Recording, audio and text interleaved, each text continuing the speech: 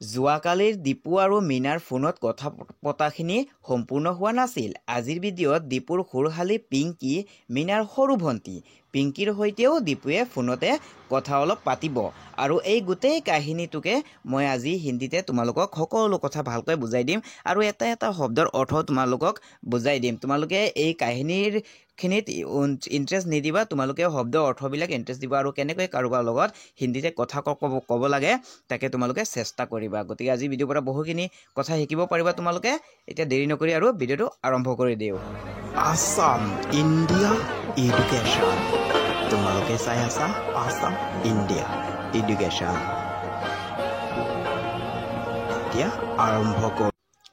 আৰম্ভ কৰোঁ হা। চোৱা, প্ৰথমে দীপুৱে ক'লে, দীপু হেল্ল' কি কৰি আছা বুলি কাক ক'লে? মীনাক ক'লে দেই, কথাটো মনত ৰাখিবা। মীনাক ক'লে কি হেল্ল' কি কৰি আছা? ইয়াকে আমি হিন্দীত যদি ক'ব বিচাৰোঁ হেল্ল' কিয়া কৰ ৰহি হো এনেকৈ ক'ম। তাৰ উত্তৰত মীনাই কি ক'লে? মীনা মই এতিয়া ভাত খাই উঠিছোঁ আৰু আপুনি এই বুলি ক'লে। মই এতিয়া ভাত খাই উঠিছোঁ আৰু আপুনি বুলি ক'লে। এই কথাষাৰক আমি যদি হিন্দীত ক'ব বিচাৰোঁ मैं तो अभी ही खाना खाकर उठी हूँ और आप এনেকৈ কোৱা হ'ল। এই কথাৰ মাজত আমি শব্দকেইটাৰ অৰ্থ জনাটো প্ৰয়োজন। চোৱা, কি কৰি মানে এইটো সৰু শব্দ হয় জানা তোমালোকে। কি কৰি মানে কিয়াকৰ বুলি কোৱা হয় দেই। আছা মানে ৰহি হোৱা বুলি বুজালোঁ মই দেই। ইয়াৰ পিছত তলত আহা, মই এতিয়া মানে কি ক'লোঁ? মে তো অভি, ইয়াত তো শব্দটোৰ লগত লগ লগাই দিছোঁ দেই। ভাত খাই মানে খানা খাকৰ বা ভাতকে হিন্দীত চাৱল বুলি কয় দেই। উঠিছোঁ মানে উঠি হওঁ, বুজি পাইছানে? তাৰপাছত চোৱা, আপুনি মানে আপ দেই। এতিয়া এনেকৈ চাই লোৱা, যিমানটো ভিডিঅ' চাই গৈ থাকিবা তেতিয়া ইমান ইণ্টাৰেষ্ট লাগি থাকিব দেই। অলপ দীঘল কৰিব নাম পিছত চাই ল'বা। মই এতিয়া ভাত খাই উঠিছোঁ মানে মে তো অভি খানা খাকৰ উঠি হওঁ এনেকৈ বুজালোঁ দেই। তাৰ পাছত আকৌ এতিয়া দীপুৱে আকৌ ক'লে, কি দি খালা মাছ নে মাংস এই বুলি ক'লে। ইয়াক যদি আমি আকৌ হিন্দীতে ক'ব বিচাৰোঁ তেতিয়াহ'লে কি হ'ব? কিয়া খায়া হে মছলি ইয়া মাংস বুলি ক'ল। কি দি শব্দটো দিয়া নাই দেই, হিন্দীত নিদিয়ে। এতিয়া ইয়াৰ উত্তৰত মীনাই ক'লে, মাছ মাংস একো নাই, অকল আলু পিটিকাহে। বুজি পালানে? মাছ মাংস একো নাই, আলু পিটিকাহে। এই কথাষাৰক আমি হিন্দীত দিম। কেনেকৈ দিম? মছলি মাংস কুছ ভি নাহি হে, সিৰ্ফ আলু কা ভৰ্তা হে। বুজি পালানে? ইয়াত চোৱা, শব্দকেইটাৰ অৰ্থ বুজাই দিম মই তোমালোকক, তেতিয়াহে বুজি পাবা দেই।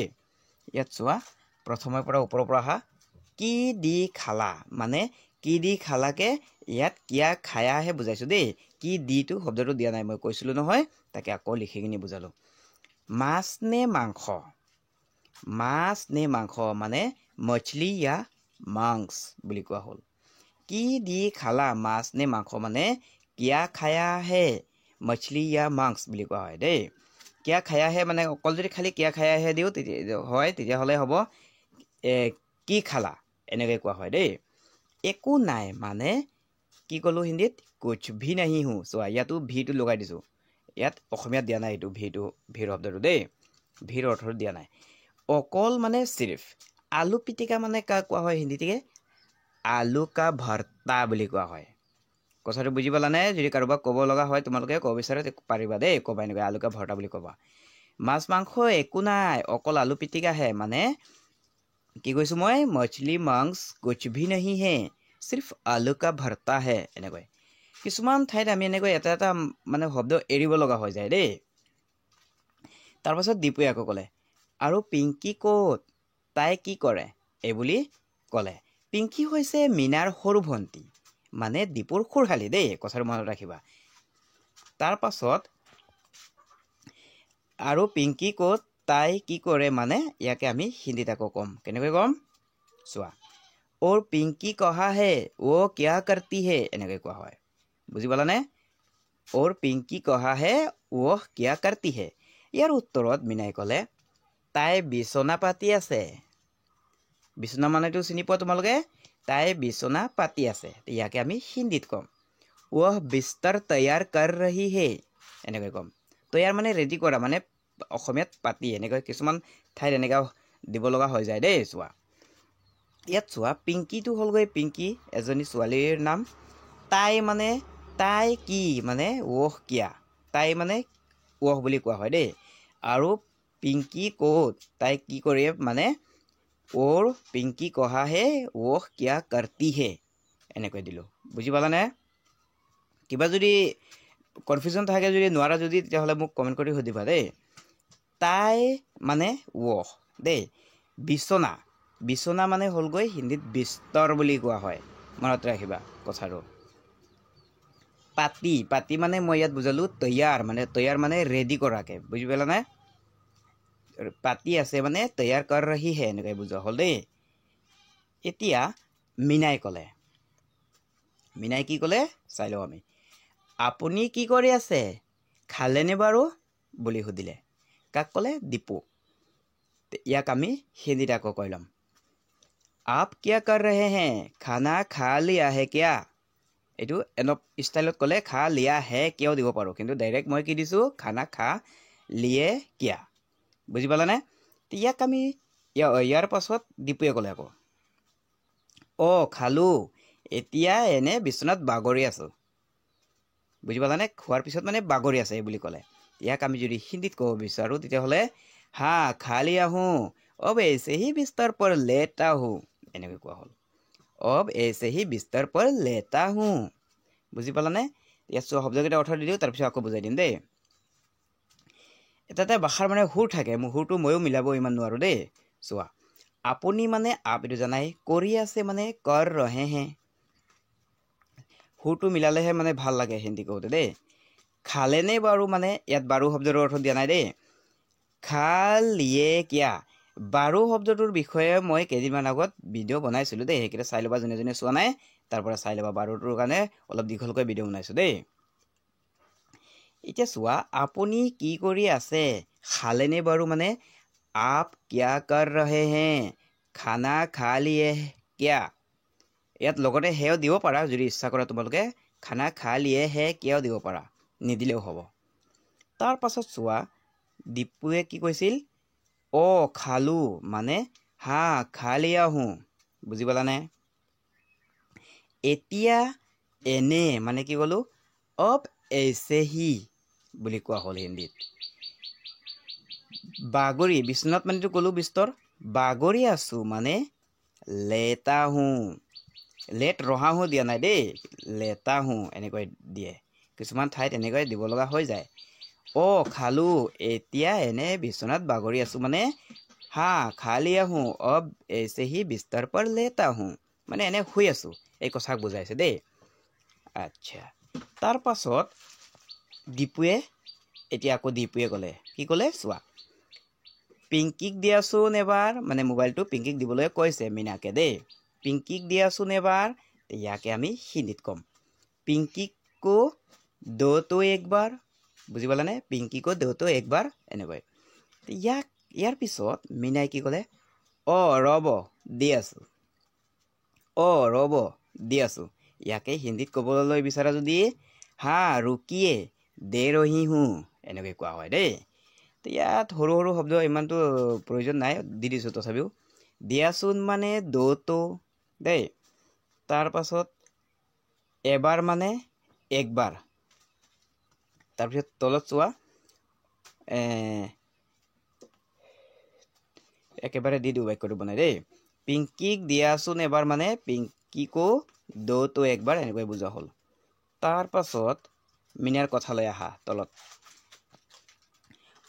ৰ'ব মানে হা ৰুকিয়ে বুলি কোৱা হ'ল বুজি পালানে দি আছোঁ মানে দে ৰহি হুঁ দেই দে ৰহি হুঁ ইয়াৰ পাছত এতিয়া পিংকিয়ে মোবাইলটো হেৰিক দিব মিনাই মোবাইলটো পিংকিক দিব মাতিলে পিংকি লোৱা তোমাৰ ফোন আহিছে এই বুলি ক'লে পিংকি লোৱা তোমাৰ ফোন আহিছে এনেকৈ বুলি ক'লে ইয়াক আমি হিন্দীত যদি ক'ব বিচাৰোঁ পিংকি লো তোমাৰি ফোন আহি হে এনেকৈ ক'লে বুজি পালানে আমি ফোন আহিলে বুলি নকওঁ হিন্দীত তথাপিও ইয়াত মিলাবলৈ অসমীয়াটো বুজাব লাগিব না এইভাৱে দিলোঁ দেই পিংকিয়ে ক'লে হেল্ল' কোনে কৈ আছে হেল্ল' কোনে কৈ আছে ইয়াক যদি হিন্দীত ক'ব বিচাৰা হেল্ল' কোন বল ৰহে হে এই বুলি কোৱা হয় বুজি পালানে হেল্ল' কোন বল ৰহে হে দেই বা সৰু মানুহক বল ৰহা হে বুলি কোৱা হয় দেই ইয়াত চোৱা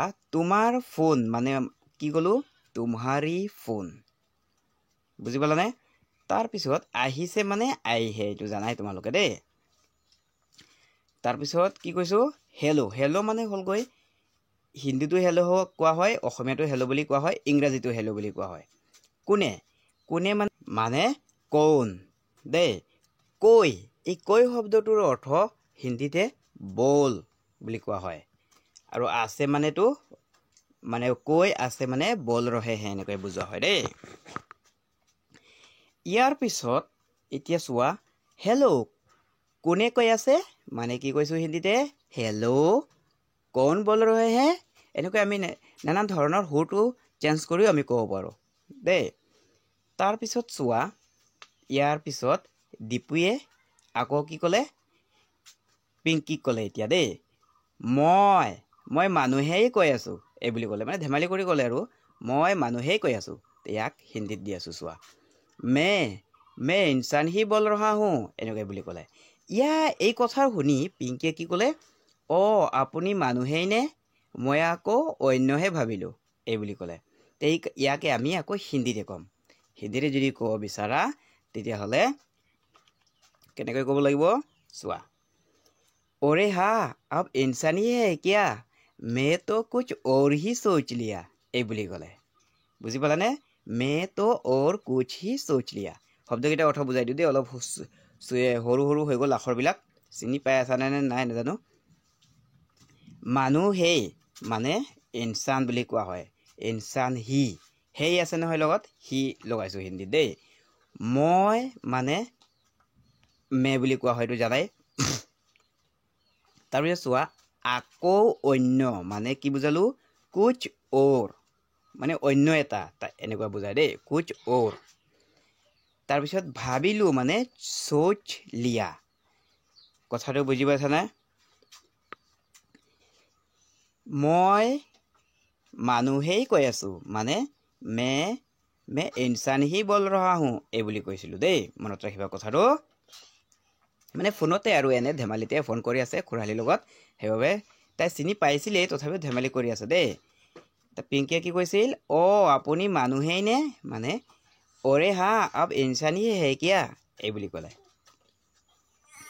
মই আকৌ অন্যহে ভাবিলোঁ মানে কি কৈছিলোঁ মে তো কুছ অৰ হি সোচ লিয়া বুজি পাইছানে ভিডিঅ'টো সম্পূৰ্ণ চাই গৈ থাকিবা দেই তেতিয়াহ'লেহে ভাল লাগিব কিবা শিকিব পাৰিবা তাৰ পাছত দীপুৱে ক'লে আকৌ কি ক'লে কি ভাবি আছা এই বুলি ক'লে ইয়াক হিন্দীত দি আছো আকৌ কিয়া সোচ ৰহি হো বুলি ক'লে কাক ক'লে পিংকিক ক'লে মনত ৰাখিবা কথাটো পিংকিটো তাৰ খুৰশালী দেই ইয়াৰ উত্তৰত পিংকিয়ে ক'লে মই ভাবি আছো আপুনি এটা ভাটৌ চৰাই কৈ হাঁহি দিলে কৈ কিনি দেই মই ভাবি আছো আপুনি এটা ভাটৌ চৰাই কৈ কৰি হাঁহি দিলে ইয়াক আমি আকৌ হিন্দীতে ক'ব বিচাৰোঁ যদি মে সোচি থি আপ এক তোতা পক্ষী কৈ হাঁহি দিলে বুজি পালানে কথাটো ভাল লাগিছেনে ইণ্টাৰেষ্টিং লাগিছেনে ভিডিঅ'টো তাৰ পাছত এতিয়া চোৱা ভাবি এই ভাবি শব্দটোৰ অৰ্থ কি সোচ হিন্দীত কোৱা হয় সোচ